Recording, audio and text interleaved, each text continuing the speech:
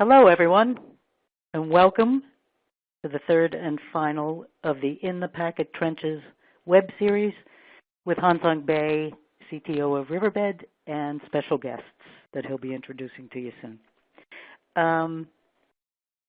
As you're here to continue your Wireshark education with Hansong and these packet experts, I'd like to take this time to let you know, if you don't already know, about SharkFest, which is an immersive Wireshark education experience that Riverbed hosts, and that will be taking place for the first time in Europe, in the Netherlands, October 17th through the 19th. And also, SharkFest US next year, 2017, will take place at Carnegie Mellon University, June 17th through the 22nd, so you can mark your calendars for that if you're going to be around. I'll remind you about these events again at the end of the webinar. But for now, I'm going to let Hansong take over. Please, before we start, make sure you enlarge your screens. We're going to be showing, or Hansong is going to be showing, Wireshark. And you need to be able to see the lines of text. So with that, I'll turn it over to Hansong. Thank you for coming. Talk to you at the end of the session. Hello, everybody. Thank you for joining us today. And there's a couple of questions that I wanted to get off the top of the list here. So number one was, this session kind of morphed. And the reason why it morphed was because during the last SharkFest, a couple of people came up to us, Jasper, myself, Sakis of the world, the presenters, the usual presenters at SharkFest. And, there was a question about, how do I get started? What does it take? Have you ever made any mistakes? And I got to thinking that it would be kind of fun to start off with something funny, which is what I call hilarious outtakes. So this is, myself, Jasper, and Gerald will introduce some historic and epic mistakes that we've made. Mine happens to be work-related as it relates to packet capture. Just to let you know that, this is hard, right? Packet capture, doing it right is hard. Anybody can open a Wireshark, but very often you'll find people go, now what the hell do I do, right? What does all this mean? So that was kind of the motivation behind these webinars. And so a couple of things. First, administrative stuff. You see the links. They're part of the PDF that's attached to the webinar. You'll also get an email with these following links. But the first one is where you'll find the previous sessions if you missed it. Also, follow-up Q&A sessions will be posted there. And then the other one, the second link there, is where you'll find trace files. So the trace files that were in the past, today, Jasper and I will share, are going to be in that link as well. And the final one, the final link there, is where you can download a demo version of Packet Analyzer, which I'll be showing you as well. Pretty powerful tool, so I encourage everyone to test that out. Okay, so this is the agenda today, some funny stories, and then the next one is common mistakes and overcoming these types of, you have to know what you're doing before you send out a report saying, XYZ is wrong, and God forbid, that's incorrect, right? So you only get one shot at this type of stuff. So Jasper and I will show you some of the common mistakes that people make. If you've been to the other sessions, I introduced some people, just people that I know, etc. Jasper, obviously. Check out his blog site. If you ever wanted to do a long-term packet capture that wasn't a NetShark, of course, then Jasper has a solution for you. Okay? So if you ever had to have a long-running packet capture, there's a better way to do it than just running Wireshark. Okay? So the underpinnings of Wireshark is a better engine for long-term capture. Jasper has great articles on that, among other things. Jasper also works for Air Defense Airbus. So he's a professional consultant. He works for Airbus, but he has customers that he helps with. And I will say this, I'll go on the record and say that if I need help with packet analysis, he's on my speed dial. Okay, so there are a few others as well, of course, but he's top of the list there. So by all means, check out his blog, contact him, and if you're a company in need of some help, by all means, reach out to Jasper. The next one, shout out to my old peer. Zoltan and I started, I was at Citi, as you guys know. Zoltan came on board to my team, and he had a developer background. And so because I was a performance engineering team lead, we needed somebody with developer background. And within a couple of weeks, Zoltan created this tremendous tool out of Visio that can map out the network. It was awesome. And in fact, it was so good that we called it the tool, right? The name of because it was the tool you go to when you troubleshoot. So Zoltan whipped that up in a couple of weeks. Then I started having routing and switching classes where I was teaching BGP, OSPF, and routing design. And before you know it, Zoltan became a CCIE. And so shout out to Zoltan for his great achievement. All right, so with that, let's go back and talk about some outtakes. And I'll start, and then I'll ask Jasper, and then I'll ask Gerald for their. So here I am. There was a problem with a huge branch in 110 Plaza, no less. It's one of the marquee buildings in Manhattan. And it was a branch slowness, right? We've all heard this before. The network is slow. The network is slow. And because it was on my way home, I told my boss, I'll go stop by and see what's going on, and I'll get it squared away. And somebody from the branch help desk came along just to make sure. And I told him, and this is where I jinxed myself, this is about as safe as you can get, no need to worry. So we've all heard that before, right? I show up on site. I said, all right, let's find out what exactly is wrong. Let me do some packet capture and figure out why this branch of financial analysts and trading and whatnot are having problems. And I plug in my Wireshark. I call operations. I said, I found a port here. This is the uplink to the router. Go ahead and create this span. And I said, don't worry, I got it all figured out. This is the port mirror source, and this is the destination. I hear clicking on the keyboard. Boom, he enters the command. And immediately my Wireshark goes to line rate. And I said to myself, aha, I found the problem. And I reached out and I said, hey, somebody here is doing something because your network just went to line rate. And then I look around, everybody's hitting enter, enter, enter. Everybody's looking around. And that's when it dawned on me. I made a rookie mistake. I shouldn't have made a rookie mistake, but I was confident, and I made a rookie mistake. And that is, I took a trunk port, and I created a layer 2 loop. And because we didn't have spanning tree on, don't ask me why, but long story, I created a layer 2 loop. So in Ethernet, there is no time to live. There is no TTL like there is in IP. Packets never die when you create a layer 2 loop. And so I found a problem, quickly went to, let me turn off one of these switches because that's the only way you can recover from a layer 2 loop. And I sheepishly looked at the help desk guy and I said, my bad, I just brought down the entire network. And here's the icing on the cake. This was when my boss was meeting his boss for the first time. So my boss's boss knew he was having a meeting, and I had to text him because, I'm sorry, I didn't even text him. I paged him because this was the days of the pager. And I said, this is 911. He calls me back from the office during his interview, and I said, I brought down the network. Okay? So anyway, that was my epic fail for the moment. So I'll turn it over to Jasper. And Jasper, what was your epic fail?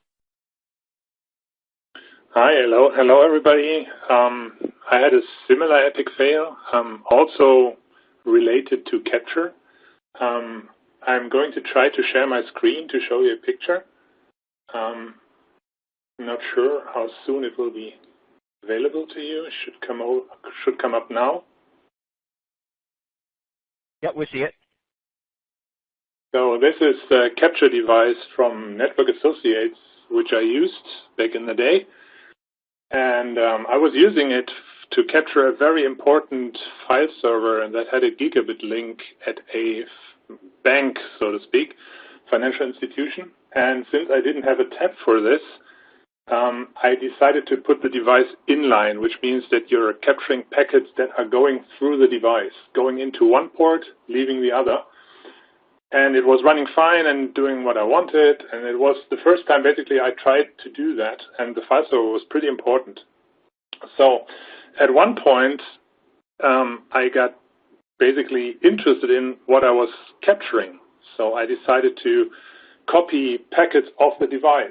And doing that is kind of tricky because you need to find a good way to do it. And I decided to use the USB port, which you can see there on the right corner, upper right corner. And when I plugged the USB stick into this one, you can see there is a small button on top of it. And you can probably guess what RST means. It basically means that if you push this, the device will reset. And I pushed in the USB stick and hit the reset button with my thumb. So the capture device rebooted. It took like 2 minutes back then. And for the whole 2 minutes, the link was down because when the device is not up, the forwarding doesn't work. So I cut off the file server for 2 minutes, and I think it was about a 3-digit number of tickets at the help desk for that 2 minutes because people were really annoyed that the file server was down. So this was really bad because I was causing them a lot of trouble, and I never, ever used inline capture mode since that day ever again. Okay, so that's clearly a hardware fail, more so than yours, because that's clearly a design fault, I would say, right? Yeah, the new versions of this box, which I do own, have a different design for this reset button. It is not prominent anymore. It's you have to use a pin to push it, but this one was, I think you can see it, it is like exposed. Gotcha. Okay, so that's a good one. So I think we have a theme here happening, which is we both brought down massive production networks, which is nice. Yep. So Gerald, what do you have for us? Well, back in the 90s, in the early days of the .com era, I was working at an ISP, and we had two things. We didn't have a lot of money. That was the first thing. So all of our websites were basically on one server. And we also had a really good sales team, and they, sold to a lot of, big name clients in the area, like the Kansas City Chiefs and, a bunch of local companies in and around Kansas City. And so we had what ended up happening was we had this, good-sized server with all these prominent websites on it. And one day, one of my coworkers, one of our software developers, asked me to write a script for the server since I was the sysadmin for the server. And he asked me to write the script to clear out a cache directory because he had a bunch of cache files that were building up in this one directory. So it's a standard sysadmin thing. You write a cron job to go and clear out this one directory. Well, I made a one-character mistake in the script, and instead of clearing out files older than 2 weeks in this one directory, I cleared out all files older than 2 weeks on the entire server. Oh no! And so, I got a couple of people from the around my office, started asking me if such and such website was down, and I said no, and then I checked, and sure enough, the site was down, and then this other site went down, and these other sites went down, and it slowly dawned on me, the mistake I had made, and so I got to spend the next, I don't know how many hours, basically just restoring things from a really old, slow tape backup, and that was a big fail. Okay, so as you guys can see, a recurring theme here, right? It doesn't take much to cause havoc, so always think twice, right? That old adage, right? Measure twice, cut once. Same thing here applies. So with that, let's get to some packets, shall we? And we'll get back to Gerald and Jasper in just a second. And this one is a fail because the packet trace is easy. There's actually just 6 packets, okay? But let me tee up the fail part of this. And that is I got a brand new laptop, Microsoft Surface Book. Awesome laptop, by the way, if you haven't checked it out. I love it. And I said, oh, yeah, you know what? I may have to scan and print some color, etc. So let me go ahead and install the print driver. Normally, I would just install the bare bones driver, but because I needed to scan some documents, I wanted the full agent. And it kept failing. It didn't install, couldn't find it. I can clearly connect to the printer. I can clearly bring up the web browser interface on the printer. It's not the network, and yet the application is failing. So I was futzing about for, 15 minutes trying to figure out what was going on. And I said to myself, finally, oh, wait a minute, why don't I get a packet capture of this? And I did. And what you see on the screen there, by the way, you can don't forget to maximize the screen so you can see the whole screen there. And you can see that .218 is me. This is my computer. And .21 is a printer. And the first thing that happens is echo ping test. Makes sense, right? Before the application connects, it just does a ping. It ensures there's layer 3 connectivity. Sounds great. But what was failing, if you look at this, is that there is a packet called SLP, Service Location Protocol. Okay, and you can see immediately my printer, .21, says, sorry, port unreachable. Okay, so the sequence of events is I installed the agent. It says, here's your printer. Go ahead and type in the IP address. I typed it in. It hangs, and then it says, sorry, printer cannot be found. And the reason for that is my PC218 connects to the printer using SLP, Service Location Protocol, and the printer says, no, you can't, port's not reachable. And I scratched my head and I said, oh, I remember why. Because being a network guy, I went into the web interface of the printer and turned off everything that I wouldn't need, right? I don't need AppleTalk, I don't need IPX, I don't need this, I don't need this, I don't need this, I don't need this. And one of those was SLP. Who knew that the application uses SLP to talk to it? Okay? So the lesson learned here and the fail moment is that I spent 20 minutes troubleshooting using event logs, using everything that I can think of except for packet trace. So I mean, me of all should have went to the packet first for this type of troubleshooting. But as soon as I saw this, I was like, okay, I know what the problem is, and the problem was resolved. Okay. So even in normal day-to-day settings, I want you guys to do packet capture, right? We have a list of who's who of companies represented here. Every industry, if you were to see this list that I'm looking at, we have, banking, we have insurance, we have healthcare, we have research, we have, government agencies. Just about everybody is represented here. My lesson learned moment for you guys is take a packet capture whenever, wherever, because it takes practice to spot these things very, very quickly. Now keep in mind, I teed this up for you guys. There was a lot of other stuff happening, but because of training, the ability to zoom in on things that matter, I was able to pick this out quickly. Okay? So with that, I'm going to turn it over to Jasper now, so he can give us one or two scenarios, and then after that, I'll take it back and I'll show you some other interesting use cases. So Jasper, want to take it away? All right, so waiting for the screen to come up. So there it is. What we see here is also a small trace. I customized the colorization. Back when I was using Sniffer, I was used to only black and white, so I really didn't like the default Wireshark colorization scheme, but of course you can change it, and that's what I did. So I have like a green color for SIM packets and red colors for stuff that is bad and so on. So we can see that here are some problems, it seems. And what we can also see is that for some reason we have a negative delta time, which is kind of odd because if you're capturing packets, normally all the packets are just in order. What we have here is packets that are, well, out of order in time. And I basically had to add the delta time column and relative time column on the right side because I'm used to that. Hansang is using them on the left side, I think. We're constantly battling about this. And the one thing to take away from this is that you should always go with your own setting.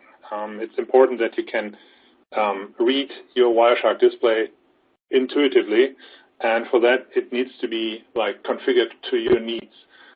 What I did here is I have the time columns configured as being aligned center, so that way I can move them and resize them and not have them get into each other's way. What we can see here is that delta time and relative time are negative, and also the absolute times are kind of negative. I mean, this is clearly, the second one is clearly a packet that should have come before the first one. And also, if you look at the SYN-SYN-ACK TCP handshake, we see the SYN-ACK first. And that can't happen. That would require some basic magic to be able to answer a connection before the connection request is there. So it looks like these packets are out of order. And the thing here is that this is not a problem of the network or of the application or anything else, but this is a capture problem. And during SharkFest, I was using this trace to ask the audience why they think this would happen. And it took them a while to find out that there's something special about this trace. And the special thing is the second column from the left, which is my interface ID column. You can see that I added this one. This is basically a field telling me on what interface this was captured. And that can also be seen down here, which is giving you the name of the interface. And if I click on the first one, you will see it's a different interface. So this was a capture taken simultaneously on two network cards, which is something that you can do with Wireshark since 1.8, 1.10 maybe, I'm not sure. Gerald will probably know. And the problem with that is that sometimes if you do this, the network cards are not giving the packets to the Wireshark process in the order that they were received. So one card is faster, the other one is slower, and so you get a out of order arrival in the capture buffer, so to speak. And that can really throw off any kind of analysis that you do, because you cannot trust any of this anymore, because there are basically capture errors in here. So what to do about them? I mean, it's one thing to show you that this is not really useful now.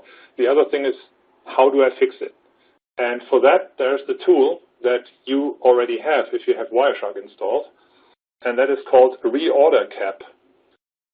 So let me show you. I have a command prompt here. Just a second. And in here, there's Wireshark installed. And if I show you all the executables, you will see there's one called reorder cap. And with reorder cap, you can fix this kind of timing problem just by running it on the capture file. And I'm doing that now on the one that I just shown you, which is called 1-negative-delta times. So I'm opening a command prompt here, if I can find it. Where is it? Come on. There it is. Sorry, it takes a while. So we can quickly check that I'm in the correct directory. Now I do a reorder cap.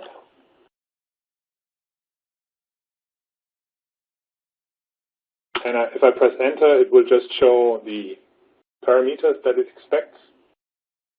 So it wants a in file and an out file, basically telling me, just give me the file that you need fixed and tell me to which file it needs to be written to.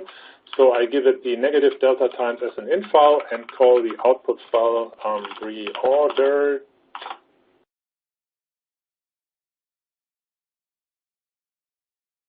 Okay, so now if I execute this one, it will just tell me, okay, I processed 12 frames, 3 of them are out of order. And I get a new file now, which you can see in my list here. And if I open this one, you will see that now my file is perfectly fine. No strange red stuff and everything looks just great. And I just see that my Wireshark opened in the default mode, so now it's green colors, which it's okay. It's not that bad. So that is one of the things that you need to look out for. If you see something strange, check for the time columns to see if there's a minus in front of any of them. And another trick is that you can use a tool called cap infos.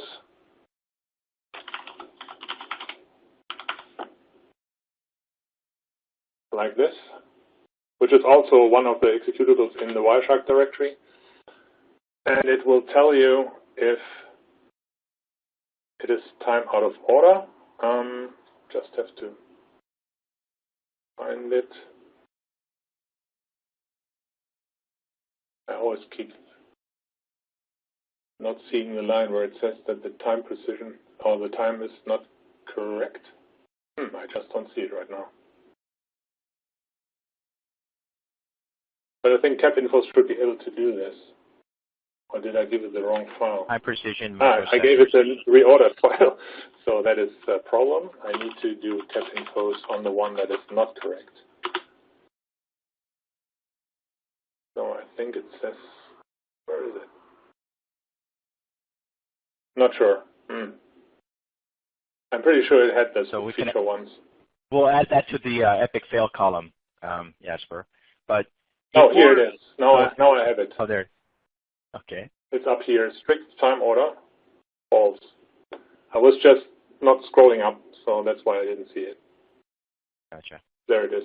So it tells me this has out of order frames, and if you see this, you need to reorder cap them. Okay, and that's the first one that you need to look out for. It's an easy one. It's one. Yeah. Before you continue on, Jasper, let me just share my screen real quick, and I wanted to reinforce something that Jasper just talked about, right? Which is Jasper was capturing on two interfaces on his capturing device. But this is another scenario where you can run into exactly what Jasper ran into and can leave you bewildered. Okay, so let me kind of just orient you to, this is somewhat older design, but I'm sure there's many of you out there that are still using this design, where you have two routers, you have a cross-connect with a trunk between the ports. So this is a same layer 2 domain. Okay, switch 1, switch 2. And there's a server that's multi-homed, and so it can go out this way or it can go out this way. Obviously, this is for redundant reasons. And the problem here is that if you notice the capture point, so this is a span port here, this is a span port here that's capturing the traffic going to and from the servers.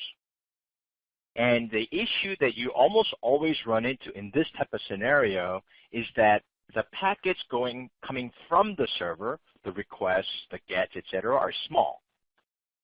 But the packets that are going to the server, all the download of websites, the files, etc., are bigger. And the packets are bigger. So what happens is that queuing, so this is a queue depth, of the sniffer outbound port itself, which means that the sniffer, with no fault of its own, will start to see packets from here long before here. Okay, so if your trace sees things like, TCP acknowledged unseen segment, TCP out of order, but there's no retransmission, that's a clue that you might have a misorder issue, right? Because if in fact TCP is out of order, it happened because something went missing. But if you never see a retransmission, that means it only happened in the capture, not in real life. Okay, so that's kind of a rule of thumb that you can use. If you see out of order packets with never a retransmission, chances are it's your capture methodology and not real packet loss. Okay, all right, back to you, Jasper. Okay, so I have to share my screen again.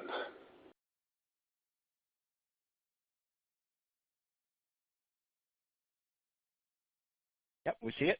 Okay, so now there's another interesting one, one of which requires to do a little settings change in Wireshark, because you can probably see that there's TCP checksum incorrect diagnostics here, telling you that the TCP checksum doesn't seem to be right, and you can also tell from the red color down here that there's something wrong with this. And yeah, it should be a different checksum. The other thing is that if you're looking at packet sizes for a while, you will see that there's really big packets.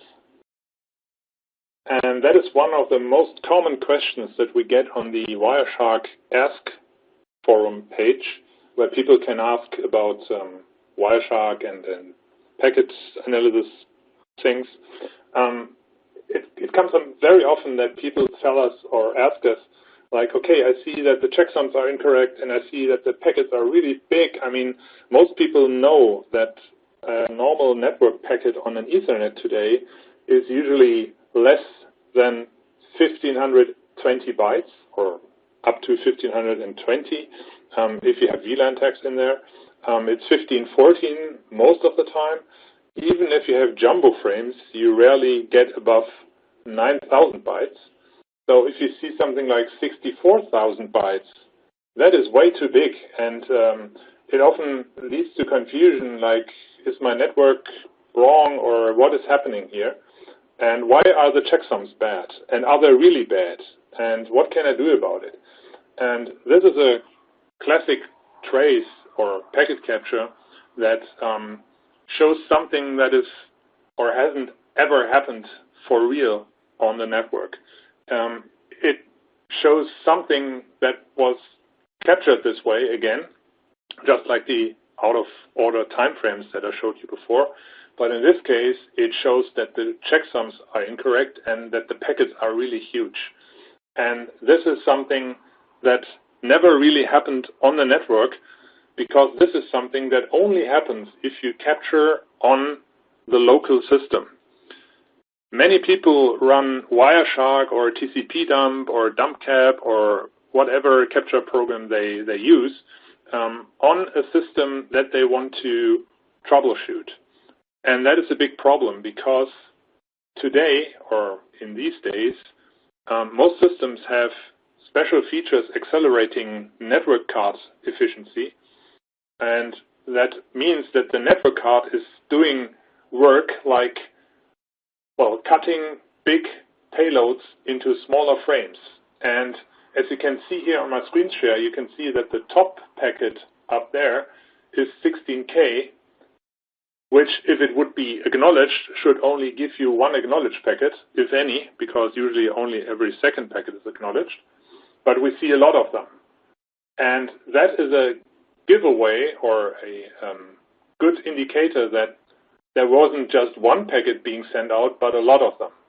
And the acknowledged packets coming back in are not problematic, because they are originating from an outside system, so they look okay. And you can also tell by looking at what packets do have the checksum incorrect. It's always coming from the same system. It's never from the other system.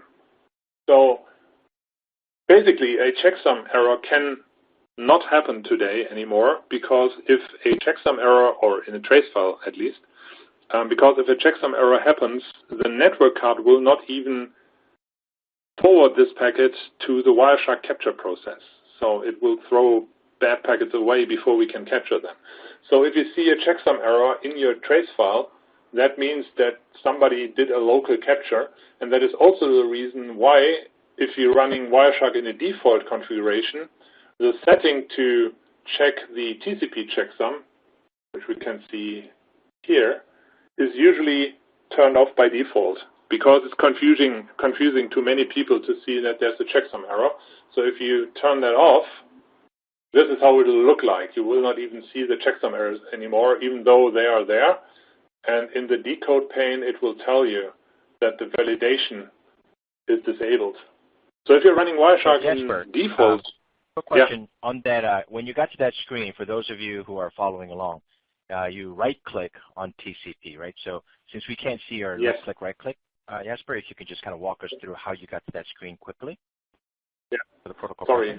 What you can do is, if you click on any line in the decode pane, and I mean, in this case, on the protocol headers, you will get a pop-up menu that will give you the preferences for that protocol real quick. Now, for Ethernet, for example, in this case, or if I right-click on the TCP header, which I'm doing now, the protocol preferences will now be for TCP, which is the fastest way to change preference settings if you need that. And I'm using it all the time.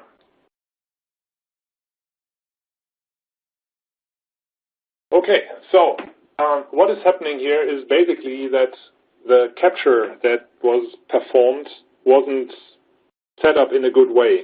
I strongly advise against doing captures on affected systems, on any system that you want to diagnose, because as you can see here, the readings that you get are biased. So they're not 100% correct. And if you're now writing a report saying, hey, the system is really strange because the packets are way too big. By the way, this can also happen that packets are too small. I don't think there's one in this trace maybe. Let me just check. No, I don't think so. You can also see packets that are less than 60 bytes. And we all know probably that the minimum packet size is 64. Wireshark, like any other analyzer, will keep the frame check sequence out of the trace, so we can live with 60 bytes. But sometimes you see 54. And that is because Ethernet is 14 bytes, IP is 20, TCP is 20, which is 54. And if you see a packet that is 54, it means it hasn't been padded yet. And that is another indicator that a capture was done on the local system. So I always recommend capturing with a tap or a span with an independent device and never on one of the systems that you're troubleshooting, because the readings are not good enough to do a true diagnosis on what the system is doing. The only way, or the only time where you can use a local capture is if you're trying to look at what an application layer is doing, and if you do not care about packet sizes, timings, anything up to layer 4 should be irrelevant for you if you do a local capture. Otherwise, please use a real capture device, because your readings will just be wrong. And there's nothing that you can do to fix this. There's no tool that I can use now to cut the packets into the real ones that were on the network, because that is an information that is not, that cannot be reconstructed from a trace file, other than the time reordering thing. So I think that's this one. Gotcha. I think now you want to take over, Hansang, right? Yep, you got it. So Jasper, I'm going to just tee off on that, and that is, so at Riverbed we have a product called App Transaction Expert that can take giant packets like 64,000 bytes, and will do its best to segment it as if a network card would do it. It's not at 100% accurate because we don't really know what's happening, but there is, for those of you who are using ATX, you can use that feature. The other way we've dealt with this in the past is capturing from the other side, because if you capture from the other side, you can see what's coming in, and you can try to make sense of it. And even if you don't have that, so it is painful, but you can reconstruct sort of, kind of, what's happening on the network by doing ACK analysis, okay? The reason why this skill is important is sometimes people will give you a packet capture and they forgot to do 2 ways, right? Whether it's a span port or a sniffer with 2 ports and they only grab the packets from one, etc. So you may only have a unidirectional packet capture, and even then you can do some analysis, okay? But before you do that, it takes a lot of practice, and obviously Jasper has spent many, many, many hours, even if his columns are wrong.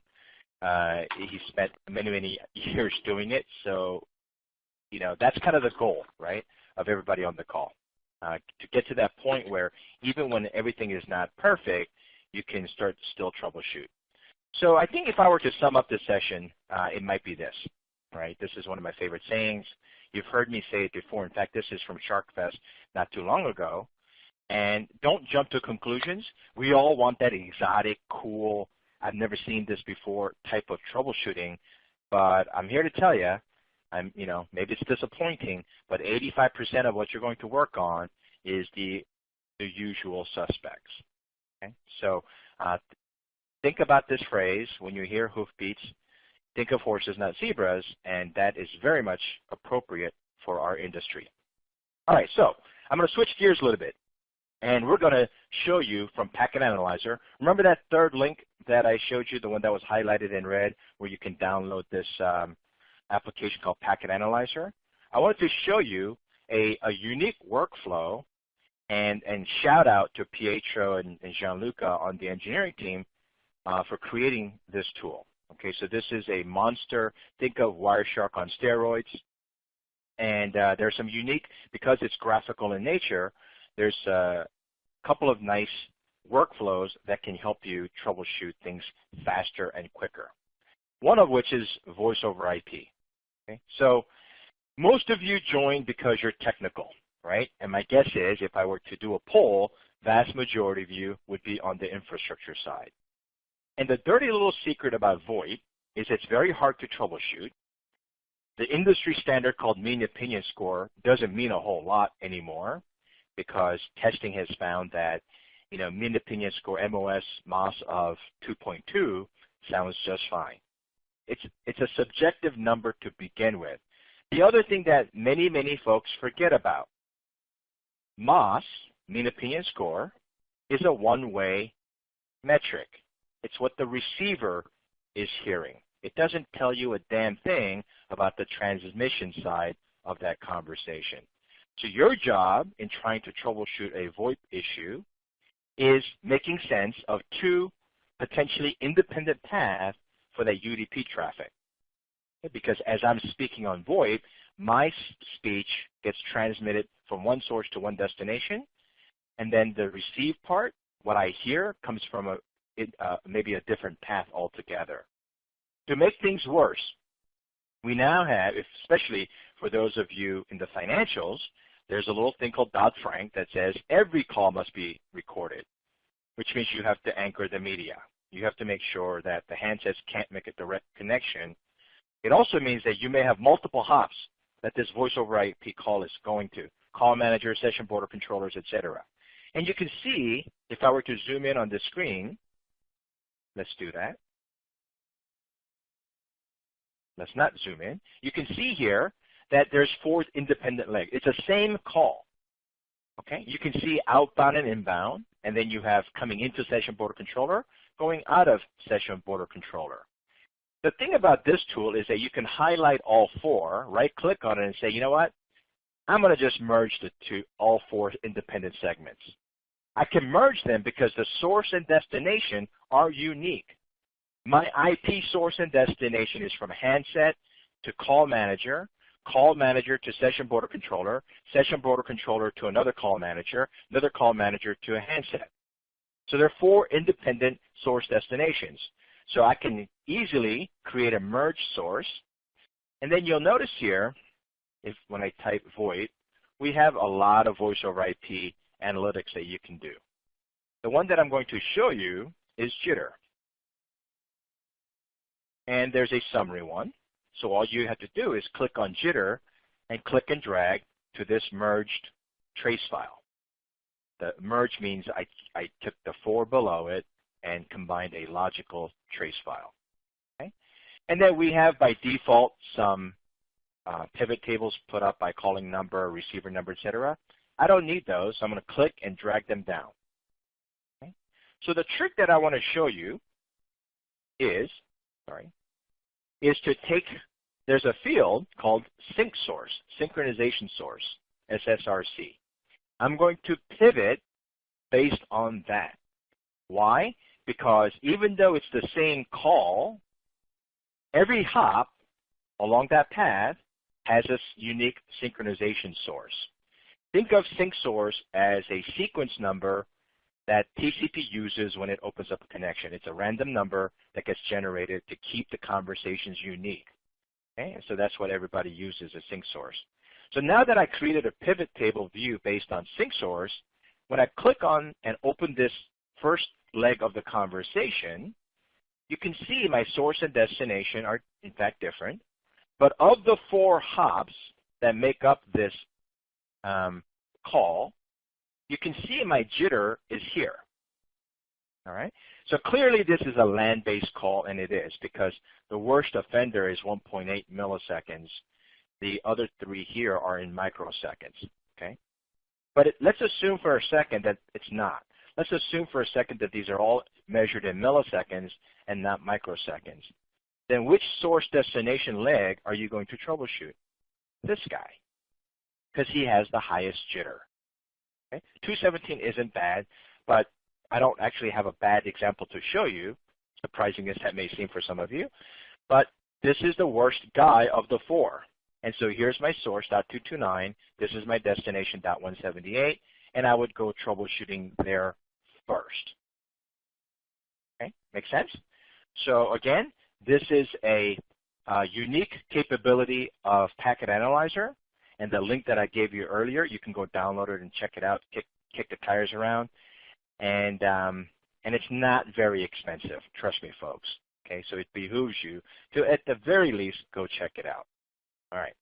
So how do you do this in Wireshark?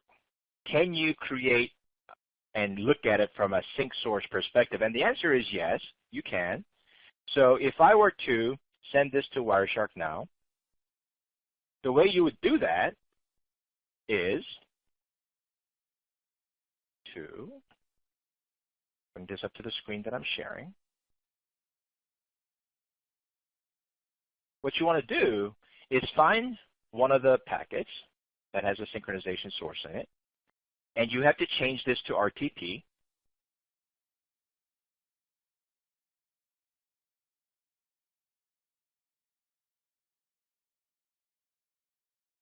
Why? Because these are random port numbers, but this is real-time protocol, right? That's what voice uses. Immediately, you'll see that instead of having some random things here, you now see that the codec is G729. Okay? And you can see the synchronization source. And in fact, when you go to real-time protocol, the synchronization identifier is here, okay? Which means it's not as easy, I get it, but you can right-click on this and say apply as a column. Okay? So if you apply this as a column, you will have a column here that has that synchronization source, and you can use it to sort what leg of the call you're talking about. You can group multiple legs using the synchronization source. Okay? So the common mistakes that people make is that they open up this trace file and they say, well, it's not VoIP, right? So you saw me when I first opened it up, it didn't have, in fact, let me do that again, just so for those of you that missed it. So if I take this, which is clearly a VoIP call, and send it to Wireshark by default, it just says source destination and some bytes. Okay? This is what you would see. And the first thing that you might say is, well, give me the right trace file because clearly this is not VoIP packets. Oh, but it is. And the first clue is that these are UDP packets, and they are small in size but consistently small. That's another rule of thumb that you can use to say, this looks like a VoIP RTP packet. And then all you have to do is click on Analyze, decode as, come down to Transport, and type RTP. Okay? And then notice in the background what happens. Instead of just showing source destination and some random data, the minute I decode it as RTP, we can see that the codecs, the synchronization source, and all the timing shows up. Okay? So another common mistake, how do you spot it? Look for UDP packets that are similar in size, but they need to be tiny. The size will change depending on codec. And that's the whole reason why you have a codec in the first place. So there's no hard and fast rule of how large the payload is, but when you see small UDP packets, these days it's voice over IP. Okay? So you just need to decode as and troubleshoot it as VoIP. Okay, so by the way, if you're asking questions, I highly encourage you to type them up, and I will upload them on my YouTube channel that you saw earlier in that bit.ly URL where I have all these seminars in one location. And instead of trying to go chatting back and forth on the chat session, I will answer them via the YouTube video so you can watch it. So some of you that attended session 2, you might be thinking, nonsense, you didn't even put session 2 up there yet, and you'd be right. And that's on me, but I will be doing that tomorrow. So I have time set aside tomorrow. So the session 2 itself and session 2 Q&A will go up there. And when we get the link for this session, it will go up there promptly as well. Okay. All right. So Jasper, back to you. Yeah, I just have one question for you. Doesn't Wireshark sometimes decode RTP when it knows that it's RTP? I think it needs to see the session setup for this, right? It does. So that's a great point, Jasper. And the problem with us as troubleshooters is that we're not at the mercy of seeing everything. We may not see the SIP handoff. The SIP handoff may be encrypted, right? More and more, everything is being encrypted. So our ability to get the perfect trace file is hit or miss. And in my experience, it's mostly miss. So you have to be able to recognize these things and based on experience, say, aha, it must be this, and go down that path, right? Because I'm sure Jasper can tell you that, you don't have the luxury of dictating the most pristine capture environment. We'd love it if we could, but more often than not, that's not the case. So if you get it in midstream, you have to decode as manually. All right, so Jasper, why don't you take it away?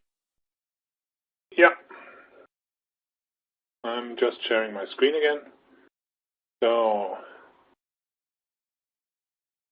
now this is one of the favorites of mine because we also get that a lot on askwireshark.org.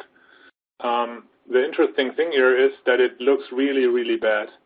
And very often we get a question saying like, okay, I captured this and it really looks awful. I can show it to you in the default Wireshark view, which will basically look even worse with all the red and black stuff, which I hate.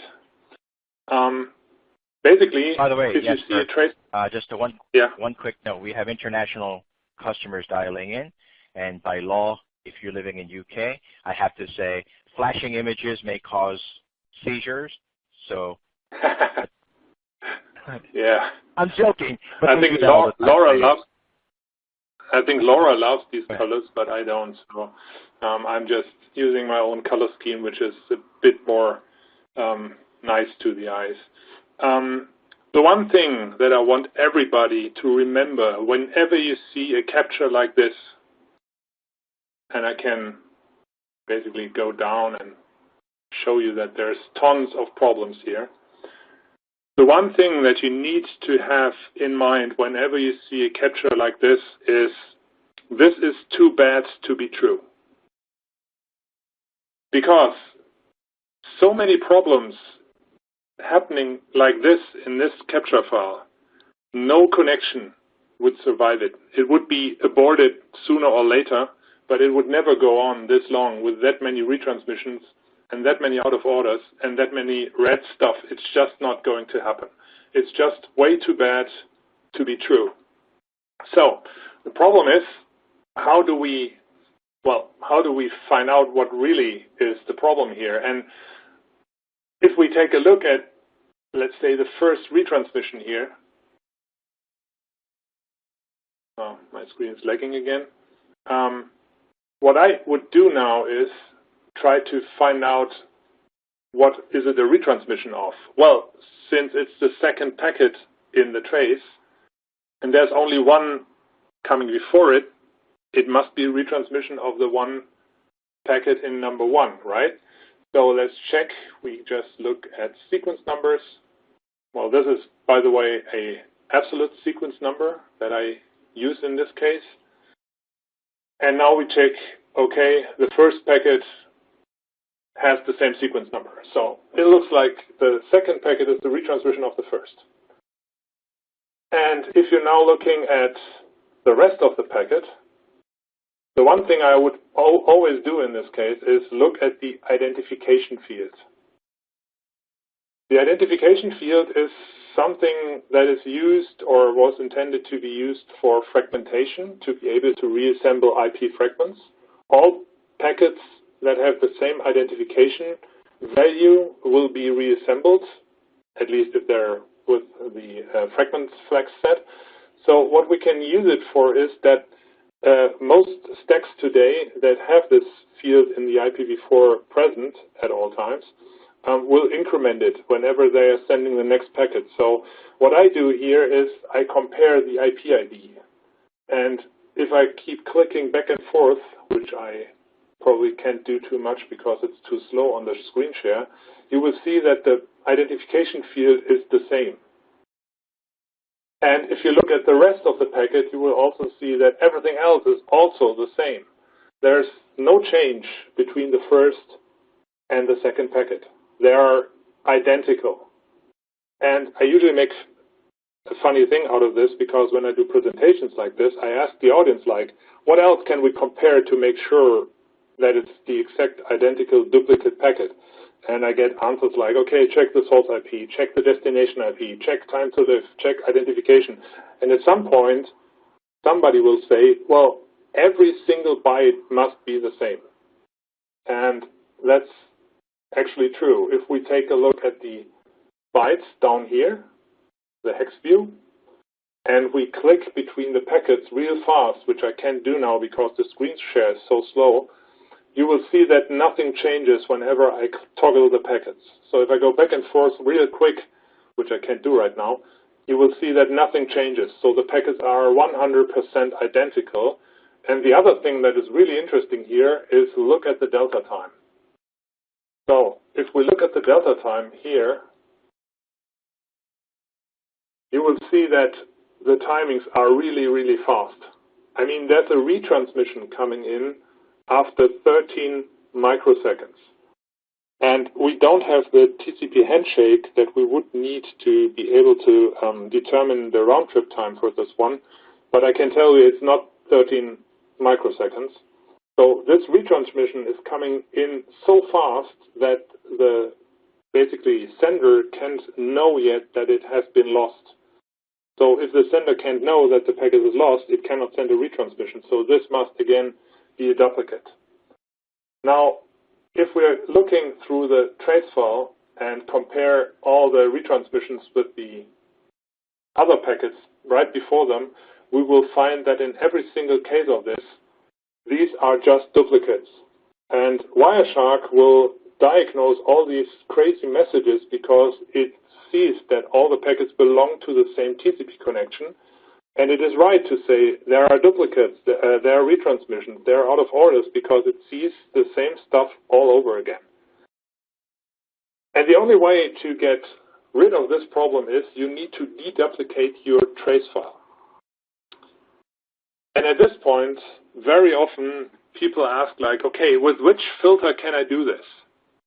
And the answer is, there's no filter that can do this for you if it's a true duplicate, because if you filter on anything in the packet, it will also match the duplicate packet because they're identical. So every filter that you use will be applied to both of them. So there's no filter that you can use. But again, there's a command line tool that you can use. So let me show you again. There is a tool called EditCap. This one here. And EditCap, in our Wireshark trainings that I did years ago, we used to call EditCap the Swiss Army knife of basically manipulating and editing packet capture. So if I do EditCap, you will see that there's a lot of options in here, or a lot of parameters that you can use. And the one that we need is up here. You can see there's something called duplicate packet removal. And the main parameter for this is -D or -D. And there's some additional parameters that you can use if the results are not 100% for you. But the main thing that you need is -D. So I will show you how to do this. over here again. Where's my other command prompt? Here. Okay, edit cap. And now I need to do -D. I want it to deduplicate the capture file for me. And the problem is number 3. And I want number 3 again as an output file, deduplicated. So this is how I'm going to run this, and I hope I get the syntax right because I don't do this every day, so I may be getting an error here. But it seems to work okay. Basically, when I hit enter, it returned to me like instantly. The delay is just because it's a screen share. What you can see here is that from of about 15,000 packets, half of it was removed because it was a duplicate. So basically what this tool does is it creates MD5 hash sums for the last 5 packets and compares every new packet it sees against the last 5 hashes. And if there's a match, it will remove the packet. So that way it will be able to remove all the duplicates. And now I have a new trace file here. And if I open it, it looks much better. Because now all the retransmissions out of orders are gone. Because they were just caused by the duplicate packets. If I scroll down, we will see probably one retransmission here. This is a retransmission that is also a duplicate, and it wasn't removed. And the reason for this is that it was further away from the original than 5 packets. So to get rid of this one, I would have to adjust my edit cap parameter and use a larger window. Oh, I need to find my command line screen here again. Where is it? There it is. I need to do a -W, I think. Let's say for 50 packets.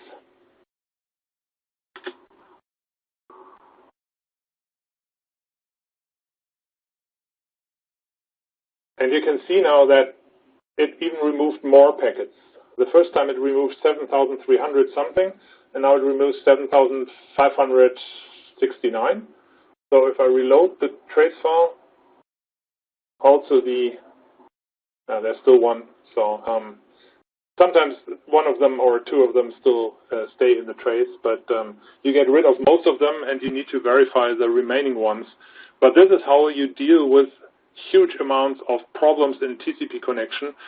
Check if there's duplicates. If there's duplicates, run edit cap -D and remove them. And I often tell people, if you even think that there are duplicates in there, just run the file through edit cap and see what happens. If it tells you there's duplicates, there most likely are. So you don't have to verify all this by hand first. Even, I mean, if you want to save some time, just run it through edit cap and see what happens. And that's this lesson. So Hansang, if you want to take over. Thank you. Yep, thank you very much. So there's a couple things that I wanted to point out from Jasper's session that I want you to take to heart. And once I say it, you're going to hit yourself on the head and say, why didn't I think of that? And that is, you have to have at a minimum a round-trip delay, at a minimum, before a retransmission can occur.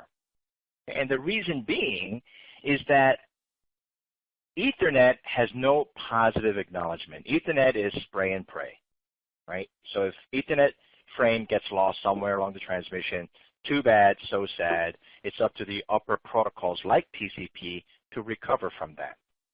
So for that TCP recovery mechanism to kick in, whether that's a retransmission timeout, whether that's a triple duplicate feedback, it takes at a minimum round trip for that to happen.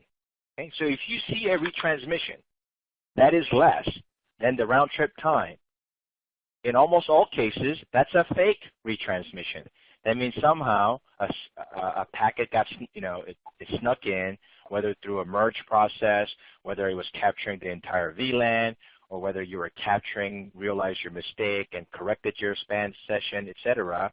If you see a retransmission that's less than the round trip time, there wasn't enough feedback to cause that retransmission So keep that in mind.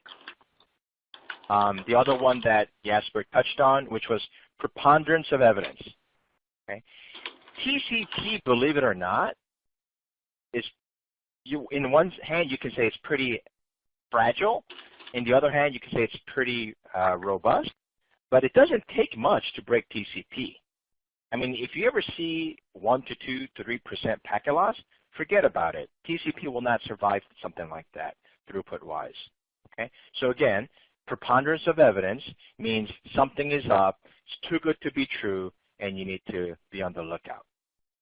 Okay, so with that, let me show you another example where a retransmission might get you in trouble.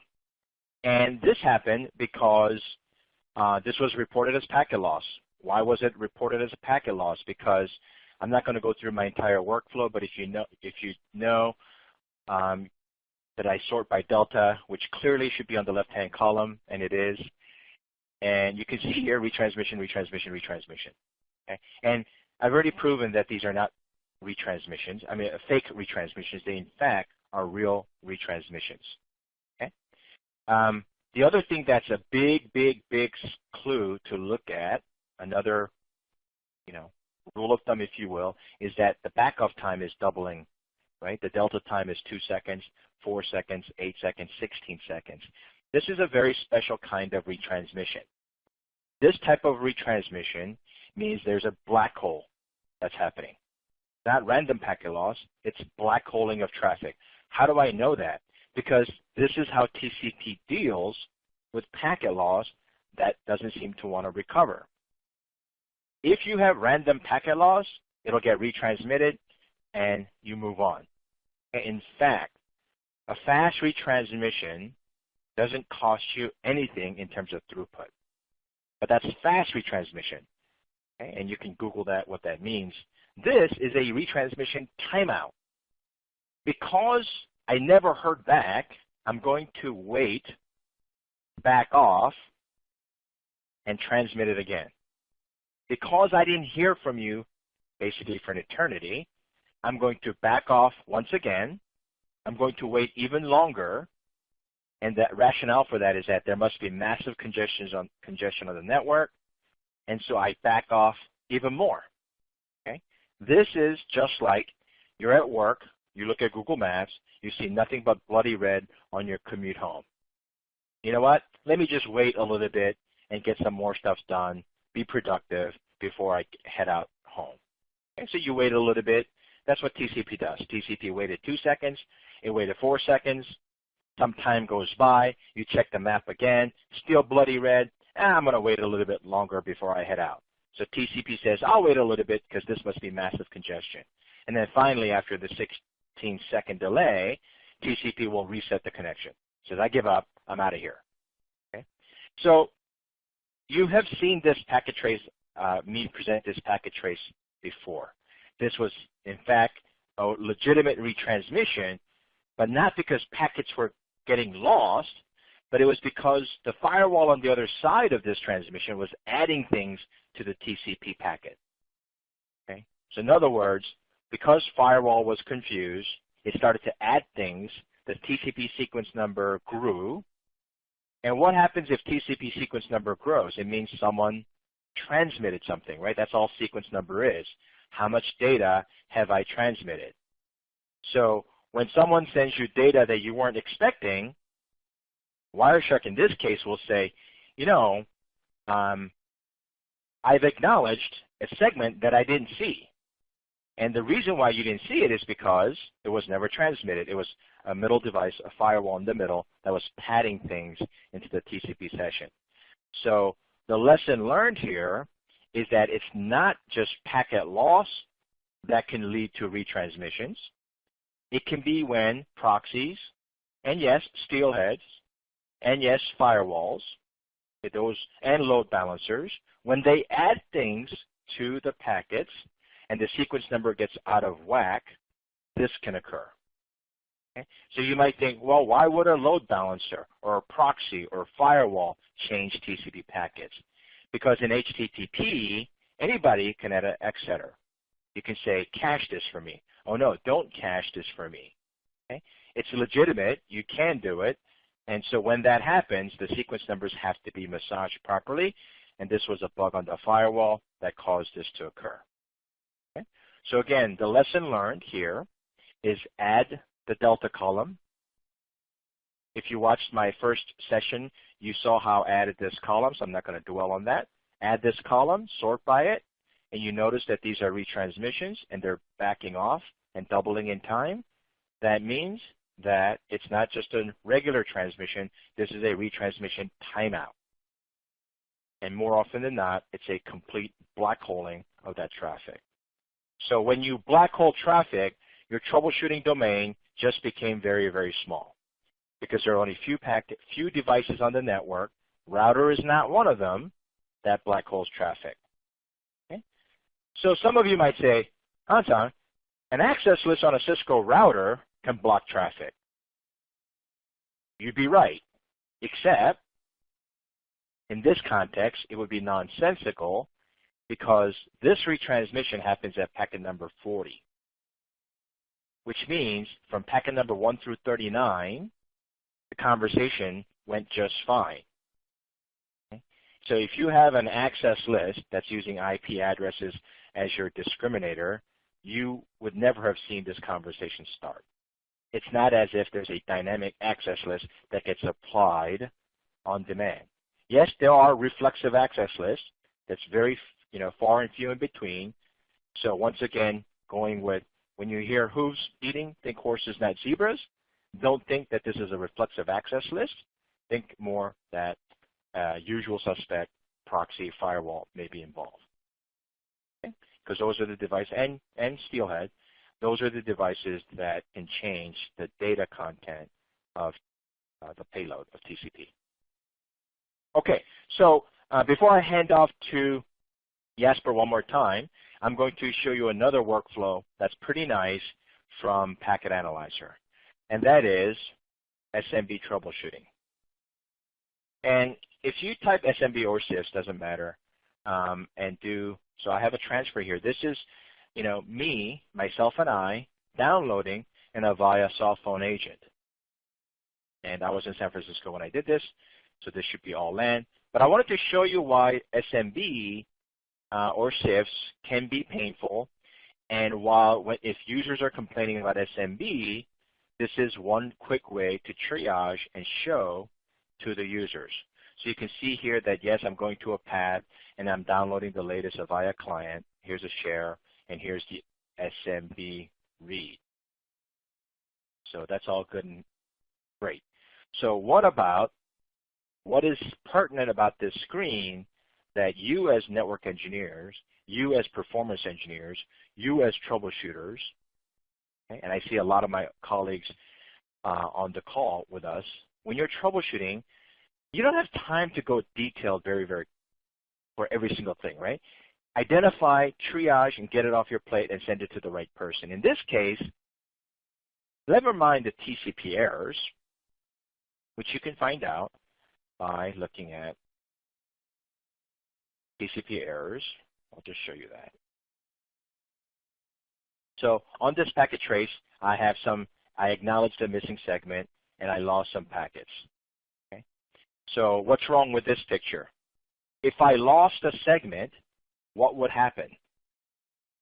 If a segment went missing, and I acknowledged a missing segment, indicative of packet loss, you would see retransmissions, and you don't. So again, this is a false positive where my capture on my laptop, on my older laptop, could not keep up. Okay, so this packet loss never happened.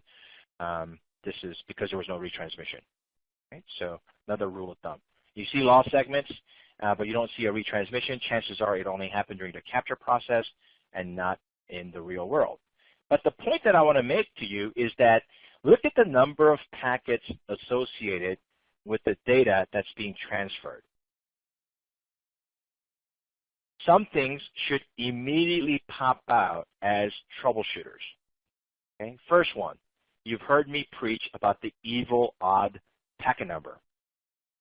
So when you see packet numbers like 51 packets, 49 packets, 49, 51, 49, Odd number of packets in this type of scenario is bad because it can lead to NAGLE delayed acknowledgement issue. In fact, Zoltan, who I referenced earlier, congratulations on your CCIE again, Zoltan, but he even wrote a white paper once for me, right, because I had all my guys train other people as well on the NAGLE delayed acknowledgement. And in fact, in one of my earlier sessions, I went over that exact deck, right, how delayed acknowledgement and NAGLE can hurt you. And the warning bell should be when you have odd number of packets, you can run into this deadlock. So keep an eye out for that. The other one is this. The amount of bytes transferred per read. So here's a read operation. Here's another read operation. Here's another read operation. What I'm showing you very, very quickly is what's called number of bytes in flight. Okay? Bytes in flight is important because this is, think of this as the bucket size that you have to move a mound of dirt. Okay? Let's imagine for a moment that there's this mound of dirt that you have to move from point A to point B. Your options are to use a cup. And if you use a cup, it can get done, but it's going to take a long time because you have to take a cup full of dirt, move it to the other side. Okay? Next comes a shovel. Shovel's okay, much better than the cup, probably 10 times faster, but you're still going to be shoveling a lot. Okay? Then we move up to a large bucket, but it's only as good as how much you can carry. Better than a shovel, still not as good. I'll sign up for a bulldozer because with my bulldozer, I can scoop up that dirt, and probably in 2 trips, I'll be done. Okay? So think of this number of bytes that we're exposing on this view here as the bucket size. Am I using a bulldozer? Am I using a bucket? And the reason why that's so important is because every one of these read requests is a round-trip penalty. So what's my throughput going to be? I have a 10 gig badass network. I have a client that has a window size of 2 million and a server that has a window size that can auto-scale. The problem here is that your bucket size is about 70K, which means your throughput, your maximum throughput, is 70 kilobytes per round trip. That's just simple math. You will never get it faster than that. Unless, of course, you have web optimization, and we can get that much, much faster. So my little plug for the day. By the way, this is actually how steelheads do work. We don't fetch 70K at a time. We fetch more like 6, 7, 8 megs at a time. And what we're doing, the reason why CIFS is such a poster child for latency optimization is that the bucket size is much, much bigger. The newer SMB can do pipelining and can grab much bigger, but there's still a limit to how much you want to fetch. Okay? So this is a tool that can quickly show what's happening on the network. And as a troubleshooter, this is all you need to know by this column to say, my throughput is no more than 70 kilobytes per round trip. That's it. That's the fastest you're going to get through. So chalk this up as not a network problem, application issue, and move on.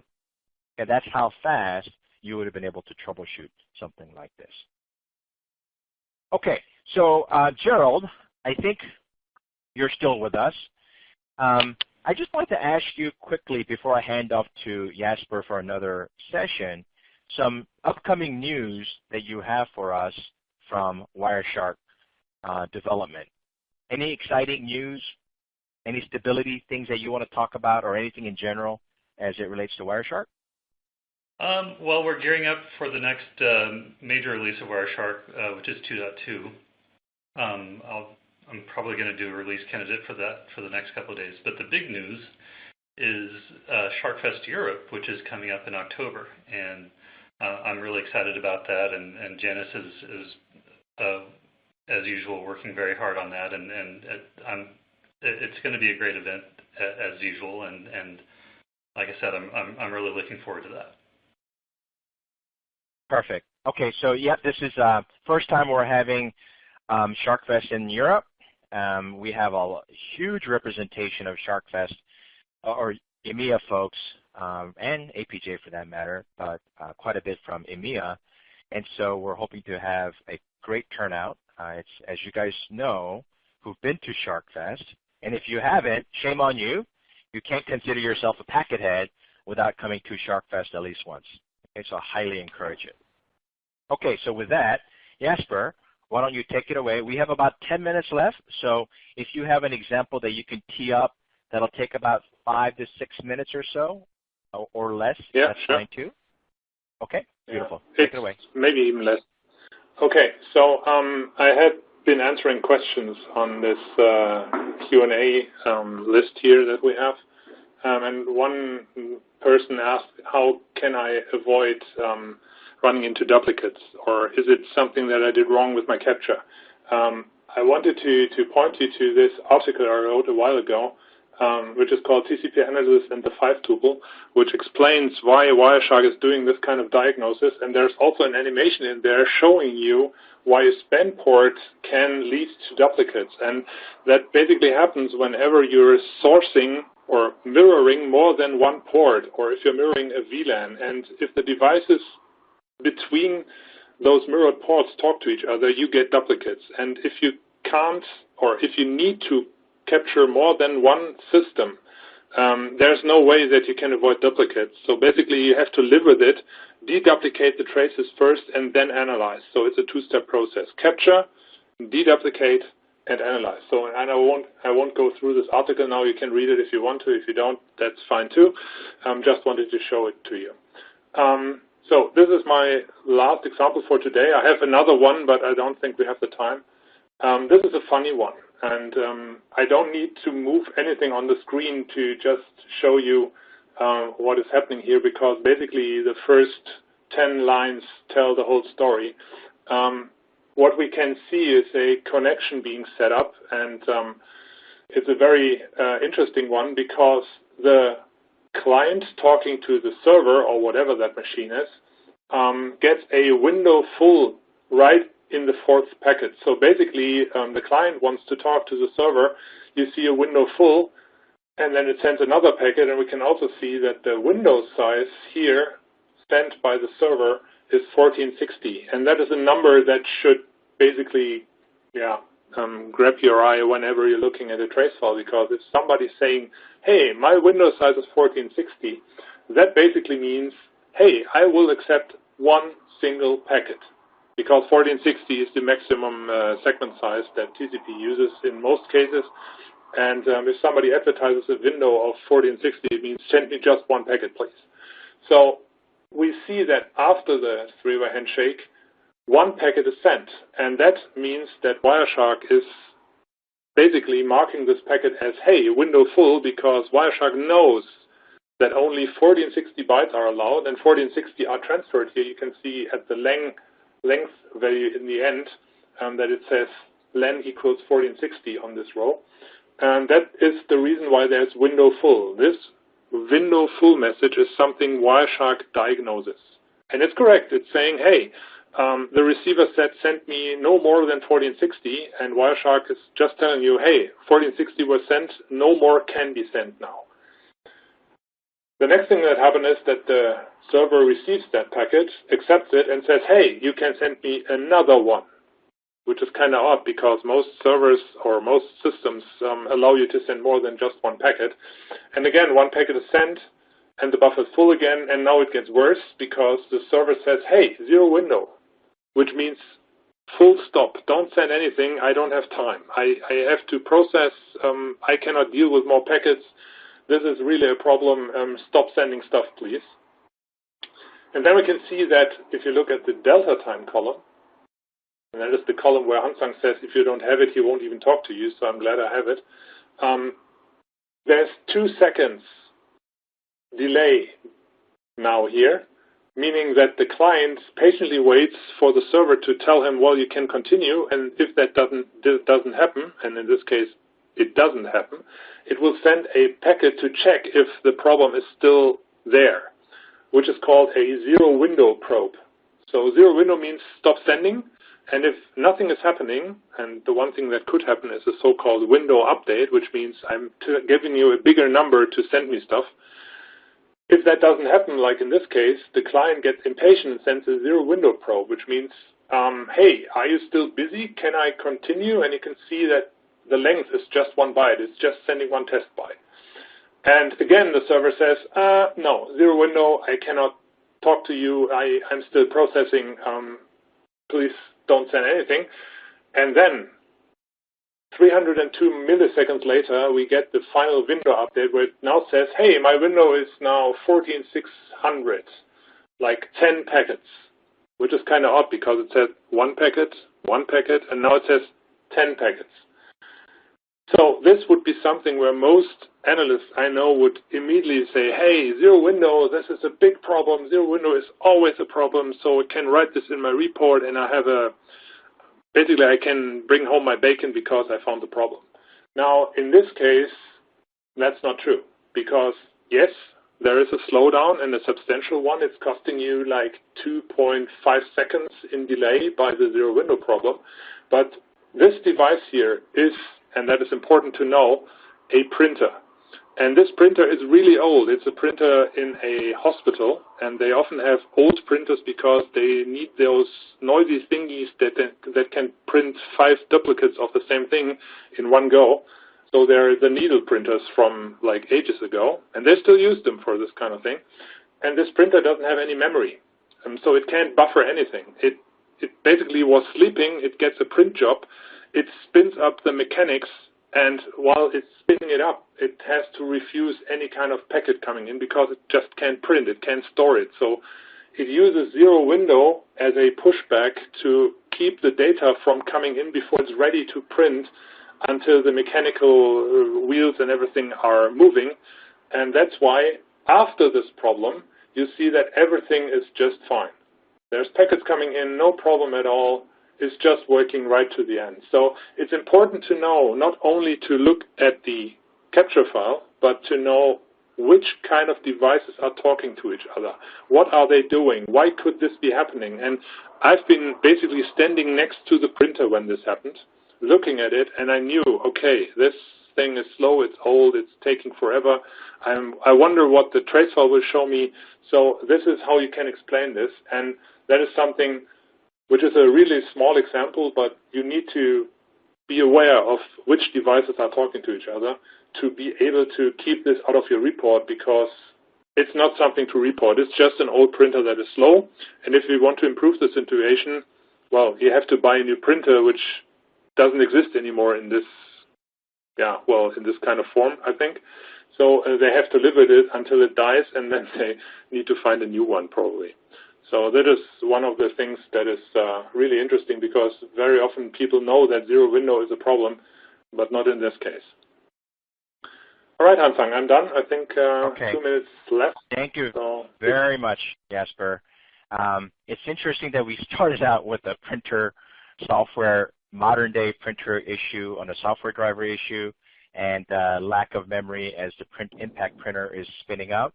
So it's almost like we rehearsed this, but I hand a stack of Bibles. We didn't rehearse any of this. It's just that we have a lot of packet experience, and we can pull these out, right? So, Jasper, thank you very much. And in just a short amount of time that we have left, I wanted to impart a couple of things that people may not believe. And that was, Jasper earlier said, hey, go back and forth between the packets and flip that between the packet 1, packet 2, and see if anything changes on the bottom. And most people will say you can't do that in real time, and the answer is you can. And the example that I wanted to give you, and I can't show it to you because it's a DHCP, and it's very, very hard to anonymize DHCP. It was a phone that would not accept or get on the network, okay? And so we ruled out the phone, we ruled out everything, we ruled out the cable, but that subnet had a problem. So we said it must be a DHCP issue.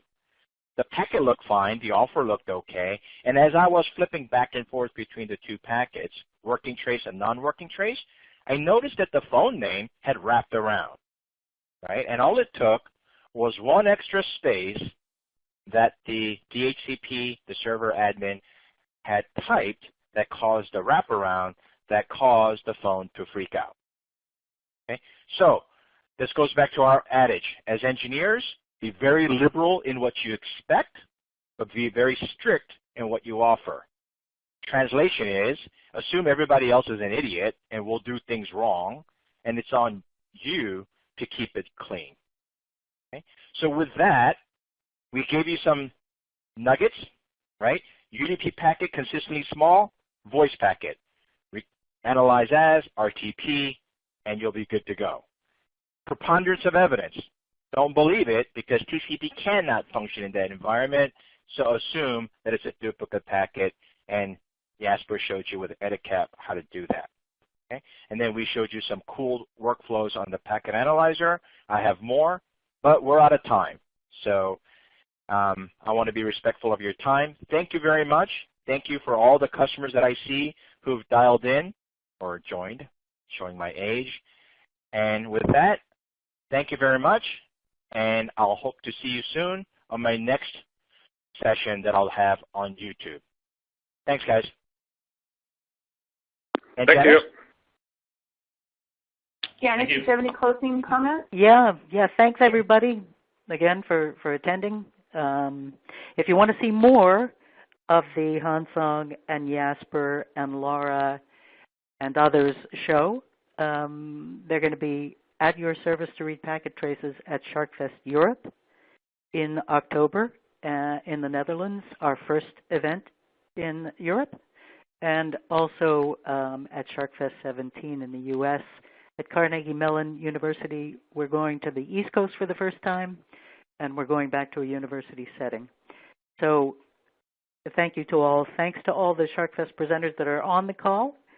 And if you have any questions about SharkFest, you can send them to sharkfest@riverbed.com. Thank you all. Thank you. And for those that are still listening, there is a green icon down on the bottom of your screen, and Hong Chang's opening slide with all of the links to his YouTube and other resources are located in that document. So I'll leave the screen up for a couple more minutes. You can go in and download that PDF for those that are still listening in. Thank you all. Thank you.